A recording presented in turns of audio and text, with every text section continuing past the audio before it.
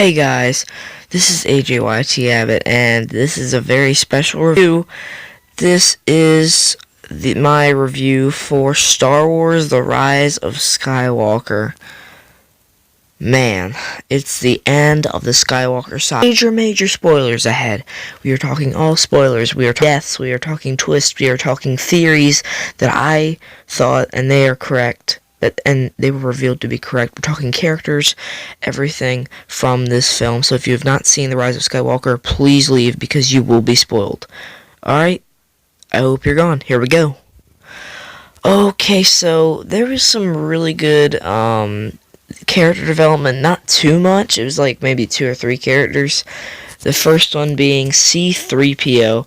He didn't have the biggest inclusion in this film, but he was a part of a major arc where they need to read this inscription off of a dagger, and it's in Sith.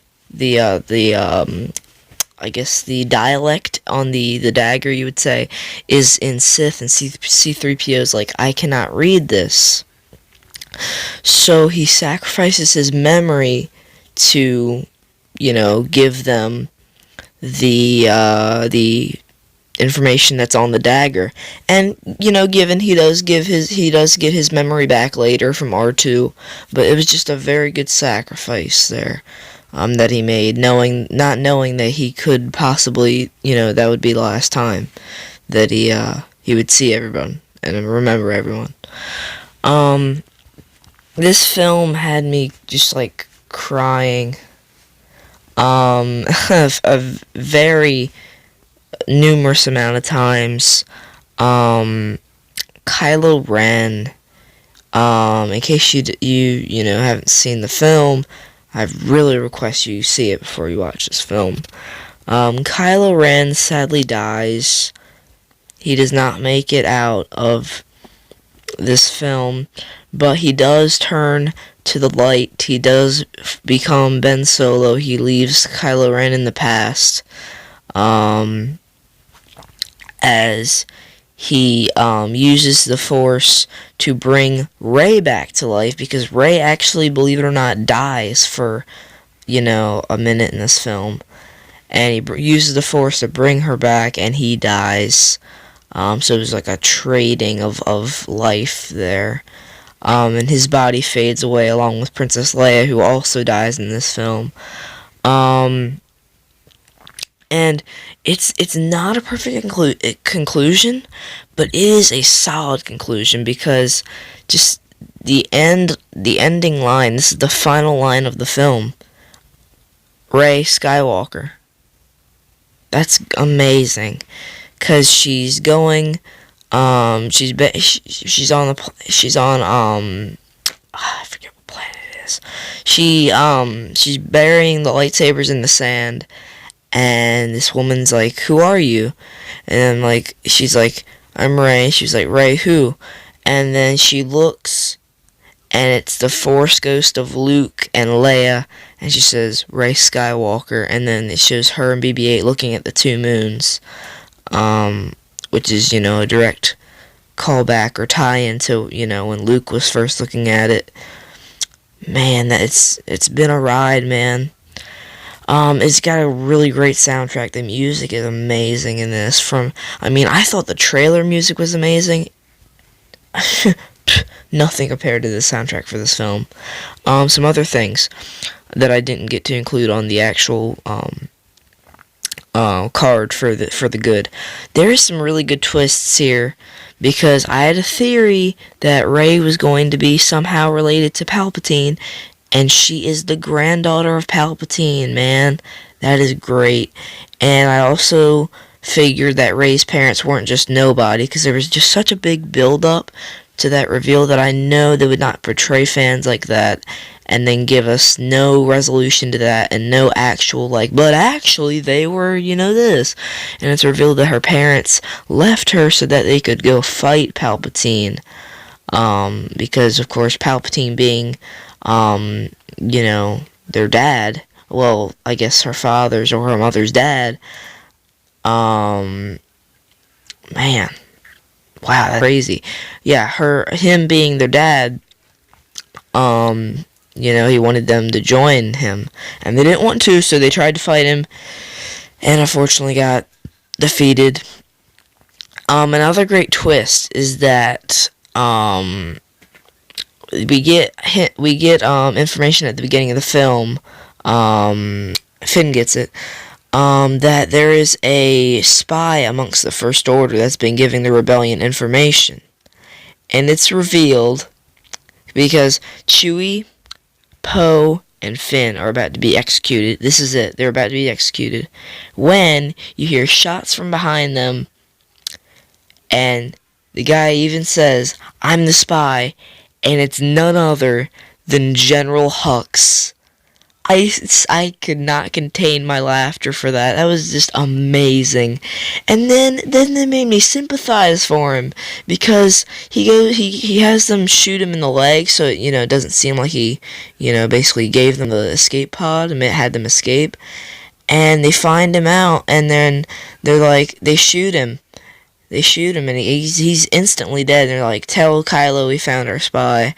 So, man, they actually got me to sympathize with General Hux. That's insane. Lando comes back. He's not that important, honestly, in this film. But, I do like that he returned, and, his reunion with Chewie was beautiful. Now, there are some problems with this film. There are side characters that add almost nothing. Chewbacca was just there. R2-D2, BB-8, was just there. We get some backstory for Poe about his past, but that's it. And it pains me to say this because I love these characters. I love Chewbacca. I love Poe. I wanted them to see them do more. C-3PO doesn't even do that much. I mean, he does of course, the sacrifice thing, but that's about all he does, and that's the end of his arc. The only characters that really, add stuff to the story, I mean, Rey did, and then, Leia was just there. Well, they did what what we all thought they were going to do with Leia. They killed her off, which I thought was appropriate because, of course, this is the end of the Skywalker saga, presumably, and, they've been clearing out the characters.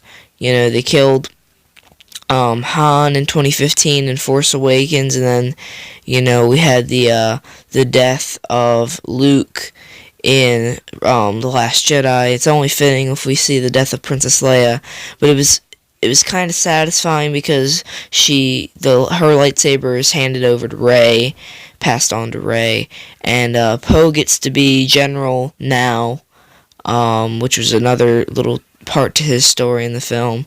But there are two side characters that add nothing. There is one new character that actually does add something interesting. D.O. And the the Zora chick, the girl that knows Poe, the girl that looks like she's a cross between Boba Fett and the Mandalorian, and who was it? Not Sabine, or I don't know. It was one of the girls from the chick from Star Wars Rebels, the graffiti chick that had the graffiti on her helmet. I don't watch the show, so I forget what her name is exactly. I feel like it was Sabine or something, or that might have been the guy. Anyway. Yeah, she gives us some backstory for Poe, and then they presumably, it seems like there's going to be a love interest between her and Poe, and then they never conclude that story. He just gives her a nod at the end of the film, like, okay. I mean, what was the point in that? What was that, I just wanted a little bit more explanation on that. And this film, I would like to describe it as Endgame. This film does it the Endgame style.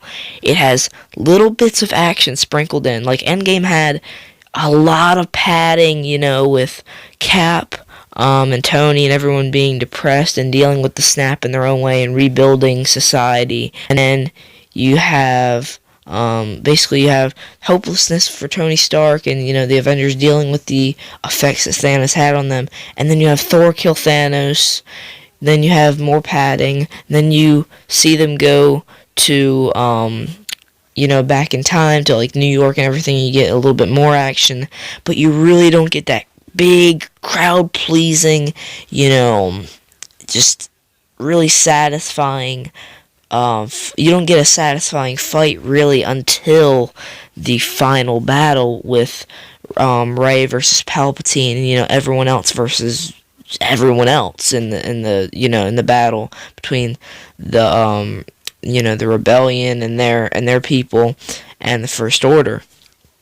There are some good fights, I guess. The Rey and Kylo scenes, I always love them. I just love Adam Driver and Daisy Ridley just have amazing chemistry on screen. Not the characters. That's another thing I want to touch on.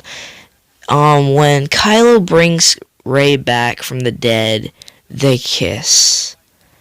And I didn't really understand why they chose to have that in, because there's never been any romantic connection that with them. I don't believe, anyway. I need to go back and watch the movies anyway for the Star Wars ranking video coming up soon.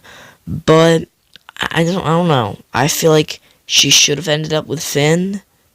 And oh my gosh, that's another thing that just made me so upset, because there's a moment where they're sinking in like sand, quicksand sort of type deal. And they think they're gonna die, and it's like, Rey, there's something I always wanted to tell you. And then throughout the film, they're like, so what was the thing you wanted to tell Rey? And then they think they're about to die when the clones are trying to execute them, and then Hux saves them. Before that, they're like, what was the thing you were gonna tell Rey? What was the thing you were gonna tell Rey? What was the thing you were gonna tell Rey? And he never says it. And then you get this moment where they hug and everything at the end. Her, Poe, and Finn reunite after everything. After, Kylo's dead, Emperor's dead, everyone, the whole thing's over. And you think he's gonna tell her, and we never get back to that. We just never got back to that. That's what I mean by just wasted opportunities throughout. There was just a lot of stuff they could have done. There was a character, I for the life of me, I can't remember her name. The girl that you see with Finn in the ship in the trailer, I don't know. She has like a bunch of space horses and these people. She was, honestly, it's honestly hard to decide whether I hated her more than I hated Rose in Last Jedi. That's another thing. I actually wanted to see Rose improve in this film. And in a way she did, because she wasn't in a lot of it. But still, man, she just didn't do anything at all of value in this film. And it was upsetting, because I wanted these characters to get a chance to redeem themselves, like Rose. And I wanted her to get a chance to redeem herself and, put a different perspective of her into view. And she just didn't do anything. She stayed at the Rebel base the entire movie, and then got in on the final battle. And then there's a moment where she's like, Finn, come on with us, and they were trying to make that connection still, and that didn't work. That fell flat. And then they tried to make a connection between Finn and this new character with the space horses, and how they both used to be with the First Order. So I just didn't feel that connection. I was just like, oh, you guys are really doing this. You're going to make them fall in love with each other because they were both from the First Order. Not exactly how it goes, though, because they don't fall in love. There's no real resolution to that either, which is another huge problem. I give this an 8 out of 10, but it could vary with, other watches. I might go see it another time before the end of the year, just to make sure how my definitive thoughts are on the film. But for right now, it's an 8 out of 10. It could go down to a 7, because it's not a fitting conclusion, but it tries its best, and it just gets a lot of things wrong, and it disappointed me on different levels, but then it shocked me and surprised me and pleased me on different levels. So this film is probably the hardest one I've had to rank this year, because I both love it, and then it intrigues me, and then a lot of it annoys me, you know. And the different plot details, it was just a lame plot. I like the plot of Last Jedi better than this, and the plot for Last Jedi, I will admit, it is sloppy. But I still love Last Jedi, but it was sloppy. I get that. Wow. So yeah, that was your extended review, by a couple minutes, I guess, for Rise of Skywalker. Let me know what your thoughts were down in the comments. I know this is a very controversial topic right now. It's got a 50-some% on Rotten Tomatoes, but let me know what you guys thought. That's all for this time. Thanks for watching. Goodbye.